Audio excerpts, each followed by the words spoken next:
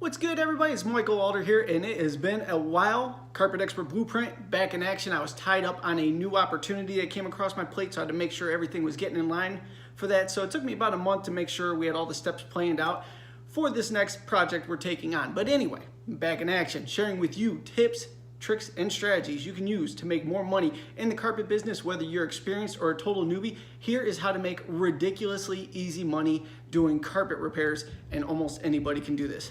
Let's get into it.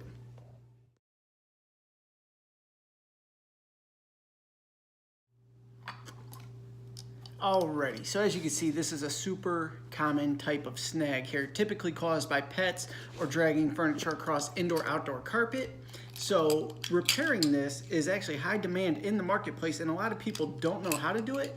And not only that, in this highly stimulated economy we're in right now, people are willing to pay whatever just to have someone come out and repair that for them. Let me get a little better light in there. So first things first, you gotta have a sharp blade, especially with working with indoor-outdoor type carpets, because you don't wanna create more snags or issues. So get a fresh blade in your knife, and we're just gonna trace these lines. You got the running lines, so we're gonna trace those out. Then we're gonna cut across to remove the whole damaged area. And it will take you longer to drive to the client than it will to actually do the repair and get the money.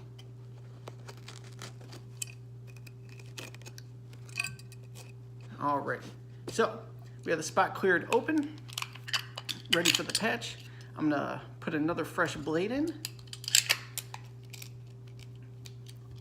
We're gonna take our piece that was left over to go ahead and do the patch. And what I do is just line up the rows on this so I can see which row I have to cut into.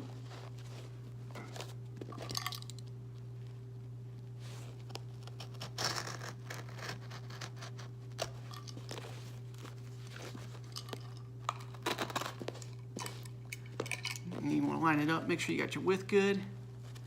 All right, width is all good, the top is good. And this is where the sharp blade factor really comes in, because when you got to cut across, you don't want to create a big mess of spaghetti. You'll get a little bit of it, but as long as you got a clean blade, you'll be able to take care of all that. So we're going to go ahead and remove that now. We're going to take our sealer, and I'll actually show you how to do this with household type items too. But just put a little bead around the perimeter here, because we want to seal all edges. Good to go. Take the piece, get it a little bit pliable, and then I just drop it in one edge at a time. That way you're getting all the edges sealed, and it'll prevent it from running on you again.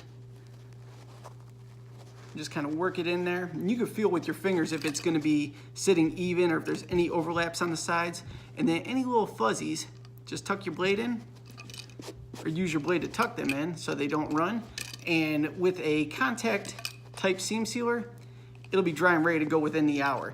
There's some other household items I'm going to show you how to do this with for you homeowners that just want to do this yourself.